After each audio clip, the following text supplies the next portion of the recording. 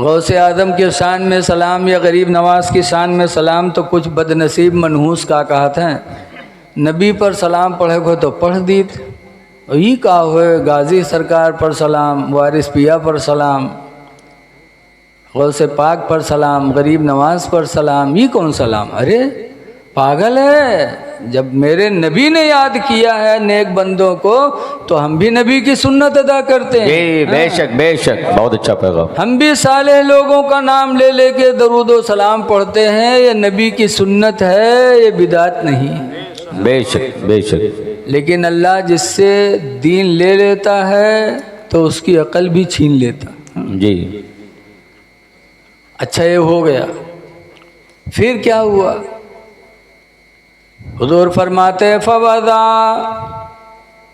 یدہ بین کتفیہ، تو اللہ تعالیٰ نے اپنا دست قدرت میرے دونوں بازوؤں کے بیچ پہ رکھا، یہاں ایسے بین کتفیہ، سرکار فرماتے میرے دونوں مونڈھوں کے بیچ میں اللہ تعالیٰ نے اپنے دست قدرت کو رکھا۔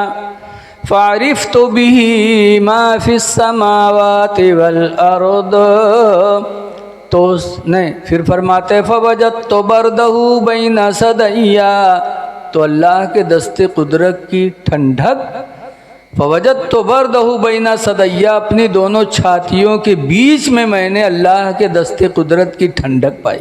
سبحان اللہ سبحان اللہ۔ اچھا یہ بتاؤ، کسی کے پیٹھ پہ ہاتھ رکھو تو دل خوش ہوتا ہے اس کا کہ نہیں خوش ہوتا ہے؟ جی آپ کا بڑا آدمی آپ کے پیٹھ پر ہاتھ رکھے تو آپ کا دل گدگد گدگد کودنے لگتا ہے، بولو۔ حضور فرماتے میں نے دست قدرت کی ٹھنڈک دونوں چھاتیوں کے بیچ میں پائی۔ فعرفت به ما فی السماوات والارض، تو اس کی وجہ سے میں ان تمام چیزوں کو پہچان گیا جو زمین و آسمان کے بیچ میں تھی۔ اللہ نے علم غیب معراج کی رات ہی میں میرے مصطفیٰ کو عطا فرما دیا۔ اور پھر حضور وہاں سے واپس آئے، تحفہ میں کیا ملا؟ 50 وقت کی نماز۔ آئے چھٹے آسمان پہ موسیٰ علیہ السلام کی ملاقات ہوئی، کہا رب کے یہاں گئے تھے امت کے لیے کچھ لائے؟ کہا 50 وقت کی نماز کا تحفہ اللہ نے دیا ہے۔ ارے آپ کی امت بہت کاہل ہے، کاہل ہوگی، اتنی نماز نہیں پڑھ پائے گی، آپ جا کے کم کروا دو۔ حضور گئے، عرض کیا تو اللہ نے 5 وقت کی نماز کم کی۔ پھر آئے 45 وقت بتایا، موسیٰ علیہ السلام نے فرمایا ابھی جائیے آپ کم کرائیے، آپ کی امت بہت کاہل ہے، ادا نہیں کر پائے گی۔ بتاؤ ہماری تمہاری کاہلی کا علم موسیٰ پیغمبر کو تھا، یہ بھی تو علم غیب ہے، بولو بھیا۔ ہم اور آپ اس ٹائم میں تھوڑی تھے، ہم اور آپ نہیں تھے، لیکن ہمارے آپ کے حالات موسیٰ پیغمبر پر ظاہر تھے۔ جب موسیٰ پیغمبر ہماری تمہاری کاہلی پر نظر ڈال رہے تھے تو میرے پیغمبر کی نظر کتنی بڑی ہوگی؟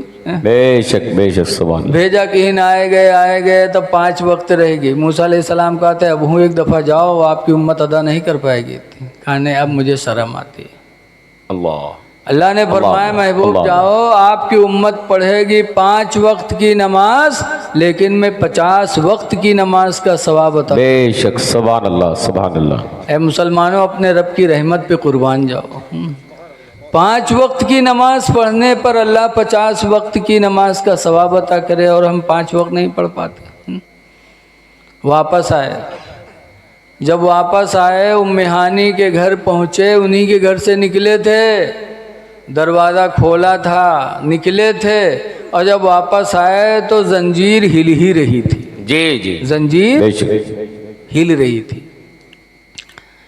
اب آپ سوچیے اتنا بڑا کام ہوئی گا، اتنا بڑا سفر ہوئے گا، زنجیر ہلتے ہی رہی۔ جب دروازہ کھولو تو زنجیر ہلتی کہ نہیں ہلتی ہے؟ اور سرکار لوٹے تو ہل ہی رہی تھی۔ اس کا مطلب کیا ہے؟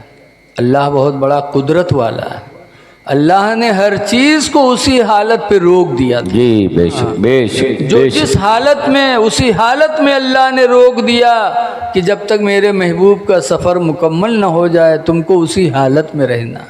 جی صبح ہوئی، سرکار نے بتایا تو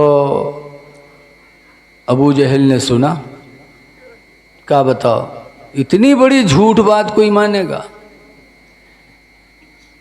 کہ زنجیر بھی ہلتی رہی، بستر بھی رہا گرم، ایک پل میں گئے آئے سرے عرش محمد صلی اللہ علیہ صلی وسلم۔ اللہ تعالی علیہ وسلم۔ اچھا بتاؤ یہ کوئی معنی کہنے لگا۔ اتنے میں حضرت ابو بکر صدیق رضی اللہ تعالیٰ عنہ جو سرکار کے بہت خاص دوست تھے، جی ایسے دوست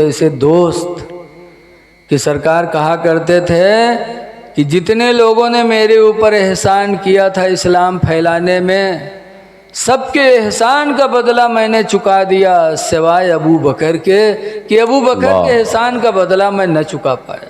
اللہ، کتنے اللہ بڑے اللہ۔ دوست رہے ہوں گے کہ سب کے احسان کا بدلہ میں نے چکا دیا سوائے ابو بکر کے، کہ ابو بکر کے احسان کا بدلہ میں نے چکا سکا۔ کتنے بڑے سرکار کے چہیتے تھے۔ وہ گزرے، ابو جہل نے کہا اے ادھر آ ادھر آ۔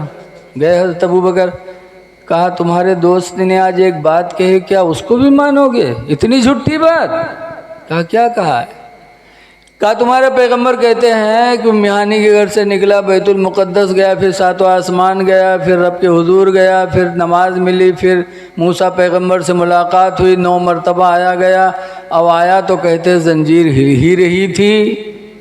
اچھا یہ بتاؤ بیت المقدس جانے میں 1 مہینہ لگتا ہے مکہ سے، اور بتاؤ ایک پل میں سب کو اٹھا رہا ہے۔ کہا یہ بات بھی مانو گے اپنے دوست کی؟ تو حضرت ابو بکر کا ایمان دیکھو، یہی ہے عشق رسول۔ جی ہاں، کہتے ہیں سنو، جو بولی تم بول رہے ہو، اگر یہ بولی میرے نبی نے بولی ہے تو آمنا و صدقنا، ہم بے ایمان شک، بھی بے لائے شک۔ اور نبی کی تصدیق بھی کی ہے۔ سبحان اللہ، سبحان اللہ، بے شک بے شک۔ آمنا و صدقنا، نبی کی زبان سے نہیں سنا، دشمن نبی کی زبان سے سنا، لیکن کہتے اگر یہ بولی میرے پیغمبر نے بولی ہے تو ہم ایمان بھی لا رہے ہیں، تصدیق بھی کر رہے ہیں۔ بے شک بے شک، سبحان اللہ۔ ابھی نبی سے نہیں ملے تھے۔ عشق کس کو کہتے ہیں، سمجھ میں آئے یا نہ آئے۔ جی جی جی جی۔ ہاں، تو جب ابو بکر نے مان لیا تب ابو جہل ایک پلان اور بنائے کہ اب پہلے آسمان، دوسرے آسمان، تیسرے آسمان تو ہم لوگ گئے نہیں ہیں کہ ہوا کی چیز پوچھی، اور بیت المقدس گئے ہیں دیکھا ہے، چلو پوچھا جائے کہ بتاؤ میں دروازہ کتے ہیں، کھڑکی کتی ہیں، کون رخ کا کون جھال کھلی ہے، میں روشن دان کتے ہیں، میں بیروا کئی ٹھورے ہیں، چلو پوچھا جاؤ کا تو دیکھا گا ہے، اب بتائے پئی ہیں نا، اب جھٹلائے دیا جی۔ گئے سب نبی کی بارگاہ میں، پوچھا اگر آپ نے دیکھا ہے سب کچھ تو آسمانوں کی بات تو کریں گے نہیں، اس لیے کہ ہم نے دیکھا نہیں، بیت المقدس کی بات بتاؤ کہ اس میں دروازے کتنے ہیں، کھڑکی کتنے ہیں، روشن دان کتنے ہیں۔